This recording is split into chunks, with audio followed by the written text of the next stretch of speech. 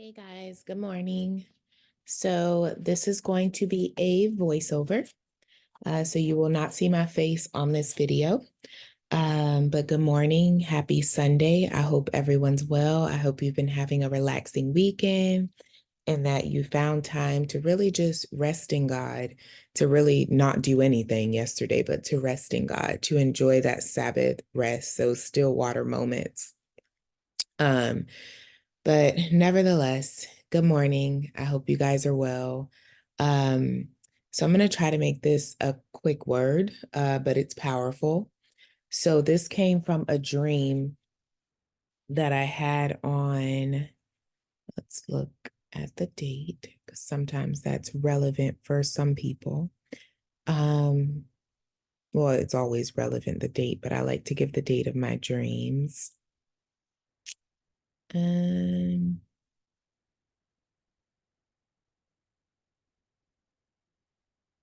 so many dreams, guys. Hold on.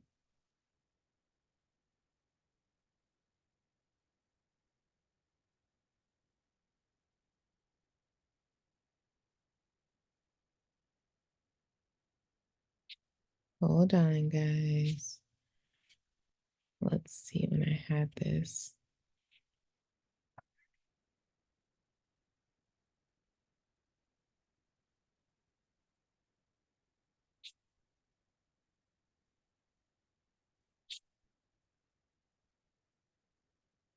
So I had this dream on Tuesday, this past Tuesday, which was um the 16th, January 16th. Um, and what the Lord is saying by this dream is do not recline there. Do not recline there, as in do not rest in that place. Okay. Do not rest in that place. And I really want you guys to feel that. He's saying, do not recline there. It seems pleasurable, but it's temporary. And it's a place of bondage. Do not recline there. It seems pleasurable, but the pleasure is temporary. It's a place of bondage. He says your exodus was already granted. Your exodus, as in your exit, your way out, was already granted. Trust him. Trust him to lead the way. Okay. And in this dream on Tuesday, I dreamed that a sister in Christ of mine, who were really good friends, I was watching her like a watchman. So it's like I was there, but I really wasn't there. Like I wasn't having a conversation with her. But in the dream, she was in a recliner, like in her living room, like a recliner chair. You know, a recliner is the chair that goes back. You can kind of lay down in it, plop your feet up. She was in one of those chairs and she was reclined and she was masturbating. But her moment of masturbation and orgasm was so quick, it was literally like less than a minute. And I remember her having a slight like grin on her face, and it was like it was over. It was like uh literally less than a minute, guys. It was really quick. She was reclining, masturbating, she had an orgasm. It was super fast, and then she had a smile, and then it was like things were back to normal, right? For her. Like she had gotten whatever she was doing that for, it had came and she was done, right? And listen to this spiritually. And please don't try to interpret what this dream is yourself. I'm giving you guys the interpretation that the Lord gave me. But if God gives you your own interpretation for your own situation, take it how he's speaking to you. Okay. So that was the end of the dream. So when I woke up, the first thing I did to weed out anything, I sent her a text and I said, have you been masturbating? Guys, I am very bold. You guys, this is not just a game for me on Bold for Christ ministry. I am who I am on online, how you guys see me, and I'm the same way in my friendships and in my relationships with people. I am a bold person. And I don't say bold to mean cocky or conceited. I'm just really bold in my walk for God. And sometimes things get to me and I kind of like pull back, but not really. I'm really straightforward. That's why I laugh when a lot of people say we would be friends in real life. I'm like, they have no idea. They would probably not want me as a friend because I am very open, honest, and transparent about everything. When Pastor Mike Todd had his marbles on, right, he would say hot, which meant he'd be like, I'm hot, like be hot. Like that was honest, open, and transparent. And that stuck in my head from when I used to watch Pastor Mike Todd back in 2020, 2021, until the Lord had me stop watching him in 2021. And now many people see why. But that's neither here or there. But he used to say, be hot, honest, open, and transparent. And I feel like I'm all of those things naturally. Like that's a gift that God has put in me naturally. And it's increased so much since my walk with the Lord. So I text her. I need to weed out and see what's going on. And this particular sister in Christ, she's very honest with me. Like she's very open. We're open with one another. Like she knows me. She knows if I come to her and I'm like, thus says the Lord, that I ain't playing. Like, but she's really also an honest person. So anything she struggles with, she's not afraid of saying what it is. So I just sent her a text. I said, have you been masturbating? And she was like, no. I was like, have you been like having sex or sexual thoughts or whatever? Because I needed to weed out that it was not actual sex, because God speaks to, or pleasing of the flesh, masturbation, whatever. Because God speaks to me majority of the time in parables, but there's a few times where he may speak and it means exactly what he's showing me. So I had to weed that out. So I asked her, has she been masturbating? She's like, no. I'm like, have you been having sexual thoughts? She's like, no. She's like, I haven't had sex in forever. She's like, So I knew that wasn't it. So as I began to sit with God, he began to give me more revelation on it. And I was ministering to her about what it is, right? What the Lord is saying. And what he was basically telling her is to clean out her house, like not her natural house, but yeah, her natural house too, but just to pull the things out of her life that he's called her away from. Even if it's things that she no longer partakes in, but she still holds certain memories of them, right? Like he pulled her away from drinking, for example, but she still had alcohol bottles in her house. You know how some people like to keep alcohol bottles. She still had some in her house, and the Lord had her throw them away because there's spirits attached to them. If I'm telling you to get rid of, to stop drinking, then everything must go that's attached to that, right? There's certain people he pulled her away from and closed the door on them, and just different things, right? And I was just ministering that to her over the course of this week. Like we talked about it Tuesday, then yesterday we talked more about what God was saying, and he was just ministering to my heart. But the true revelation came last night when I was in the shower. It's like God opened up a door and he just began to speak. It was actually as my shower was running before I was getting in, and I was just, in my room gathering stuff. And that's when the true revelation came, and he just began to minister to me. And what he said was, many people are choosing to recline, as in rest, to rest in their flesh. They're resting in what pleases their flesh instead of resting in him. But he's saying the orgasm, the joy, the high that you get from resting in your flesh, it's temporary. And like I said, as she was masturbating, it was such a quick orgasm, like a quick process. It's like she was masturbating and it came and it went. It was really quick. It was so fast. Like how people used to say minute man to quick people, like back in the day, it was like so fast. And the Lord was just saying, a lot of his children are reclining, they're resting in their flesh, what pleases their flesh. And he's saying it's temporary, it's only going to make you happy, put you on that high, give you that feeling of just being elevated for a quick moment, and then it's gone. Then it's gone. You're back in the same situation that you were in before. It's only temporary. But if you trust him and you rest in him, whatever he gives you, it's eternal. He does not give temporarily at all. He does not give temporary blessings. So he's saying if you rest in him, he'll get you to that promised place. He'll get you to that promised land. If you follow his leading, follow his guidance, he's there with you, but you're choosing to rest in what makes you feel good. Rest in what puts you on that high for the moment. But he's saying it is temporary. Anything temporary is not long term.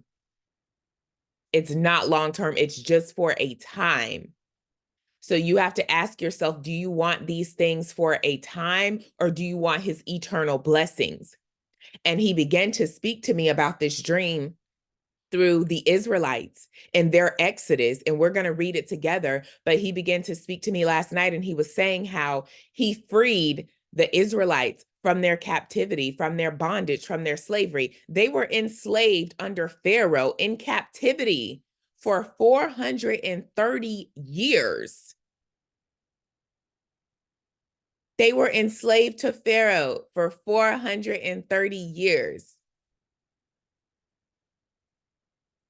That's a long time, guys. And then the Lord sent Moses to Pharaoh, let my people go. We know the whole story. Pharaoh ended up letting them go, right? The Lord freed the Israelites from slavery, from captivity, from this place of bondage. And the Lord took them on a journey. And they could have went through the land of the Philistines as they were exiting Egypt. They could have went a quicker route, right? The land of the Philistines was right there. But the Lord didn't want to take them the route that was closest, because he didn't want them to see war in that place and be afraid and get scared and turn back to run to what was holding them hostage this whole time, right? So even in the wilderness, even in the way that he took them, that wasn't the closest way. The Lord had purpose behind the way he took them, behind the wilderness, behind that route. And it was to protect them. It wasn't to hurt them. He could have took them the way that was closest as they're leaving Egypt. But he said, no, I'm going to take them this other route around the way, because then they don't have to deal with seeing war and being afraid and trying to go back to what was holding them captive. So I'm going to take them a different way, even though it's not the closest way. And some of you guys, that's what God is doing for you. You may have seen a way and you're like, God, I could have just went to the left. It's right here. But you didn't know what was down that path of the left. So he took you to the right. And you're like, man, you're taking me the longer route. Like, I could have just went this way. I could have just got this job. I could have just got back with this person in this month. I could have just moved back at this time because everything was in place. It was right there. But God was saying, no, I'm going to take you a different route because you don't know the war that's at hand in that area going that way. And if you see it, you're going to get scared. And everything I freed you from, everything I set you free from, every chain I've broken off of you, you're going to run back to it if I allow you to go the closest route. You don't know what's down that route, so just follow me. I'll be with you in the daytime by cloud, in the nighttime by fire. I'll make sure you're okay. Just follow me. So even in the way that he's taking you, there's purpose in it. There's purpose in it, guys. He's not just taking you the longer route because he just wants to make you suffer. That's not the God we serve. It's for your protection. And let's go ahead and read it together. I'm reading from my New King James Version Bible, and I'm reading from Exodus 13, verse 17 through, I'm just going to read verse 17. So Exodus 13, verse 17. Then it came to pass when Pharaoh had let the people go, that God did not lead them by way of the land of the Philistines, although it was near. For God said, least perhaps the people change their minds when they see the war and return to Egypt. I'm going to keep reading verse 18. So God led the people around the way by way of the wilderness of the Red Sea. And the children of Israel went up in orderly ranks out of the land of Egypt. There's purpose in the wilderness that he had you in and the way that he took you. And for some of you guys, you're still in that wilderness, but there's purpose in the way.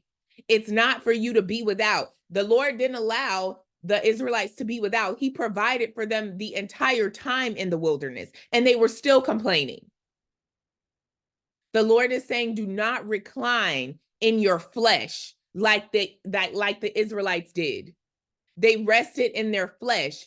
And when they were resting in their flesh, they were literally resting in captivity. They were missing the moments where they were in bondage and slavery and held captive because it was comfortable. It gave them that temporary high, that temporary comfort, that temporary orgasm, but it was bondage. It was captivity. And the Lord is saying, many of you are reclining in your flesh, but it's taking you back to captivity, to bondage, to the places that he took you out of. Trust him in the dry areas of the wilderness. There's purpose in it. There's purpose in it. And again, they were held captive for 430 years. Then, because of their whining and disobedience, they were in the wilderness for 40 years when they only should have been there for 11 days until they got to the promised land. 40 years versus 11 days is a big difference. God is trying to get you to that place in days, but don't be disobedient and recline in your flesh and let it take years. You reclining in your flesh, it's you missing the things that God has delivered you from. You missing the things that God has freed you from. You missing a place of captivity. You shouldn't miss a place of captivity. It was a temporary high. Yes, it was comfortable for you, but it wasn't what God had for you. It's not in his will for you. It's a place of bondage. And you guys, whoever this word is for, you know what God is referring to. This is just confirmation. He took you out of that relationship. He took you from that state. He took you from that job. He took you from around those people. Yeah, it was comfortable. It was captivity, though. It was bondage. He's freed you from that. The Lord is saying, do not recline there. It seems pleasurable, but it's temporary. It's a place of bondage. Your exodus was already granted. Trust him on this journey because he will provide. Trust him on this journey.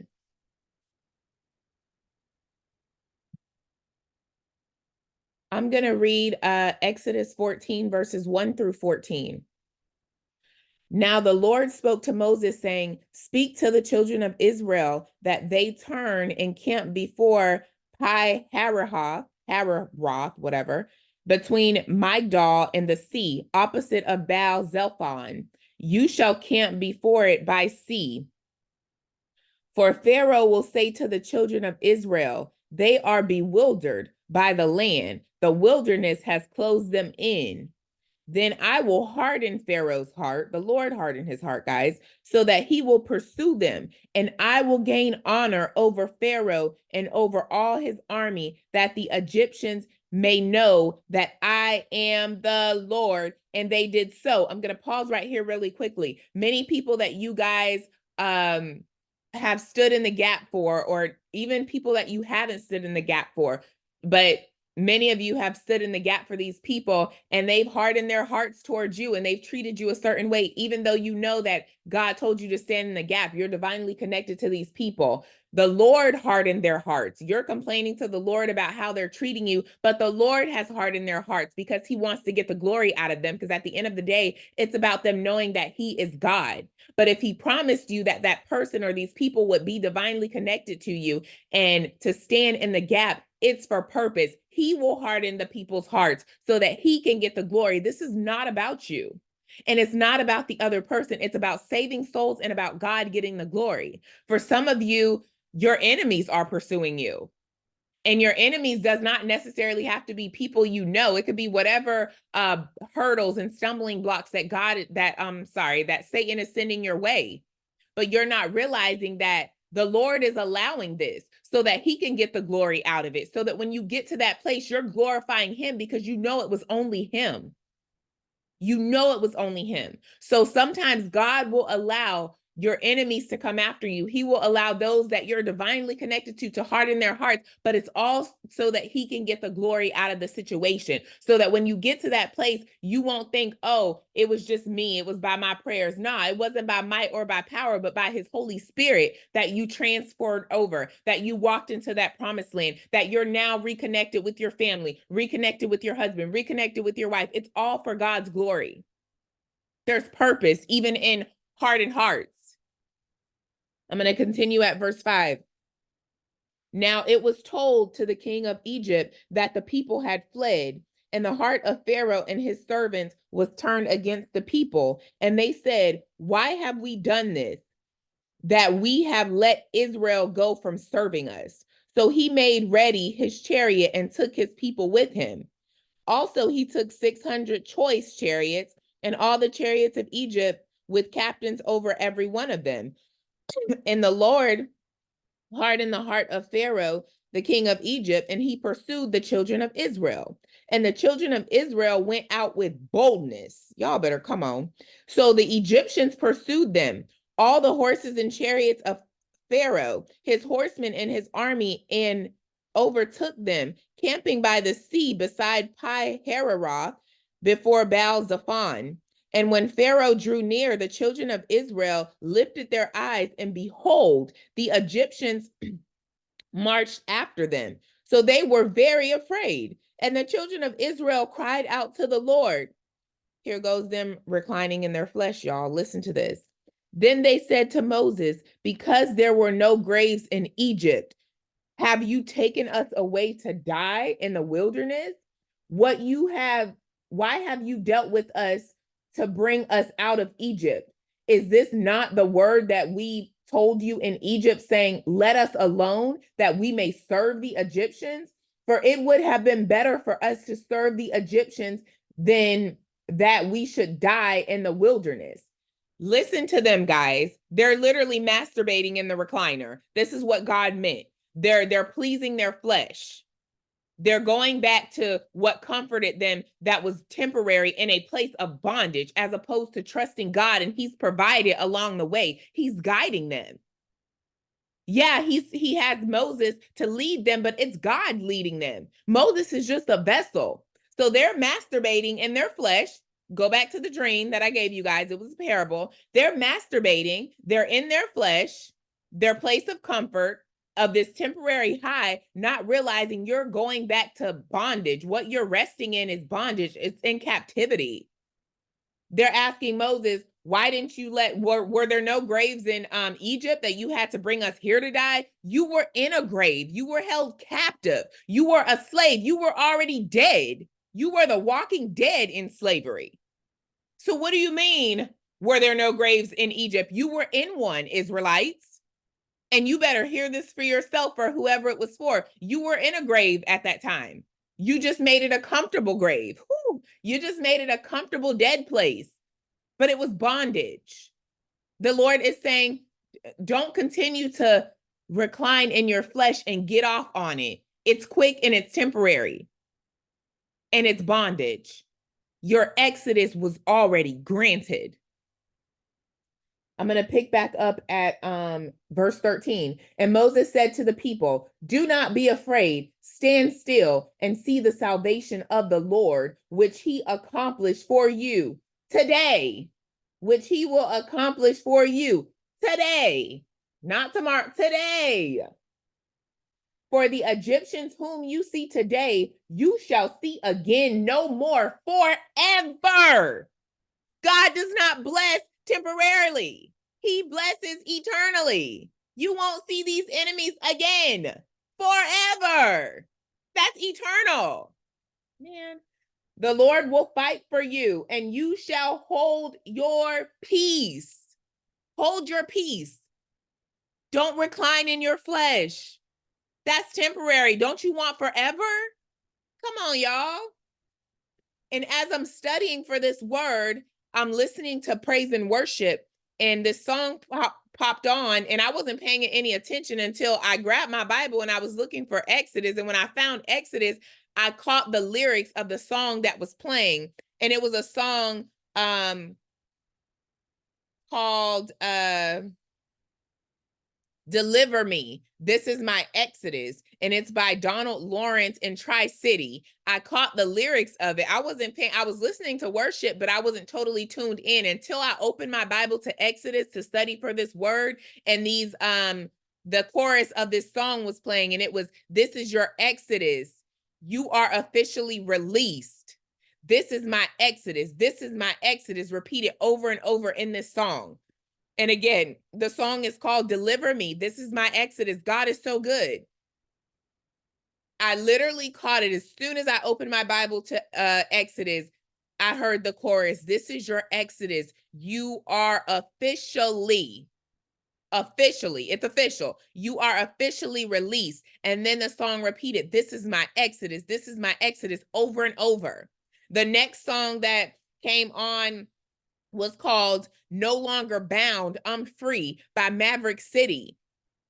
Come on, y'all. And one thing I kept hearing this morning is there was purpose in the pain. There is purpose in the pain. There is purpose in the pain. I heard over and over this morning. Y'all better catch this word for whoever it's for. Stop looking for God in so many signs and drawing the wrong conclusions. Just sit with him and embrace his power in this hour. He will speak to you in a way you understand. You don't have to keep reclining in your flesh and keep going back to captivity. God has already set you free. Trust him on this wilderness journey. No, he didn't take you the quickest route, because if he did, there was war on that route and you would have gotten scared and ran right back to the things that he had just freed you from. So he had to take you the long way. But he's with you, the cloud by day and the fire by night, and he's going to provide and give you the manna that you need to keep on going. He's going to provide the running water from the rock. He's going to provide for you. You will not go hungry. You will not thirst. He has the bread of life. He has the water that never runs dry. He got you. Trust him regardless of what it looks like. He will deliver you. He has delivered you today. The enemies you see today, you will see no more forever. He's saying, don't keep reclining in your flesh. It is pleasurable for the moment, as in it's temporary. It's a place of bondage, but your exodus was already granted. Trust him on this journey to the promise, regardless of what it looks like. If you keep being disobedient, you're going to be stuck in this wilderness, in this place, in this journey. Some of you guys aren't even in the wilderness no more. You're just on a journey with God to get to where you're going. It's not your wilderness. You've been out of the wilderness, but there's still more traveling to do. There's more of this journey to be had. Enjoy it. God is with you. And you have the best person on your side. He is the main provider. He's the richest man in the world. There's nothing too impossible for him. And I told you guys in a previous word, impossible is an opinion of man. Because if a God says nothing is impossible for him, that means that when people speak of impossible things to you, that's just based on their opinion. Impossible is an opinion, because God's word is truth. His word is not fact. Facts change minute to minute. His word is truth. It does not change. It does not waver. Do not allow Satan and your enemies to allow you to keep pleasing your flesh and stay in bondage, and you stay somewhere for 40 years when it only should take you 11 days to get there. That is the word, guys. I pray that this word blessed you. I hope you have a good Sunday. Yeah, and I love you, and we'll talk soon, guys. Bye.